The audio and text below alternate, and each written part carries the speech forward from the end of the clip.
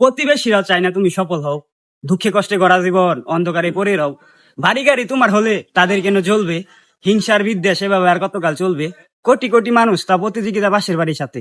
তুমি যদি সফল হও তাদের ঘুম কি হবে রাতে? সাউন্ড কোয়ালিটি তার ভালো দরকার। আমার নাই তো মনে হয় আমার মনে হয় টি শার্ট বই এগুলো মাইক্রোফোন বেশি দাম। সাউন্ড কোয়ালিটি ভালো হবে।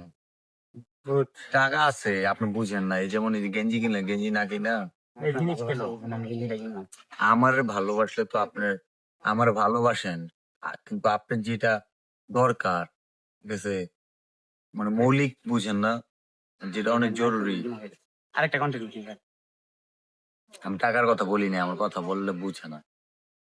আপনার গেঞ্জির চেয়ে বইয়ের চেয়ে মাইক্রোফোন জরুরি কন্টেন্ট ক্রিয়েটর হইতেছে।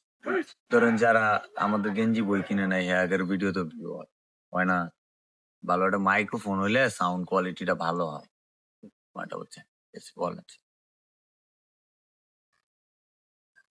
সংসার জ্বালায় পুরুষ, নারী না গায়ে প্যাস। প্রতিটি সংসারে থাকে রেফারি ছাড়া ম্যাচ।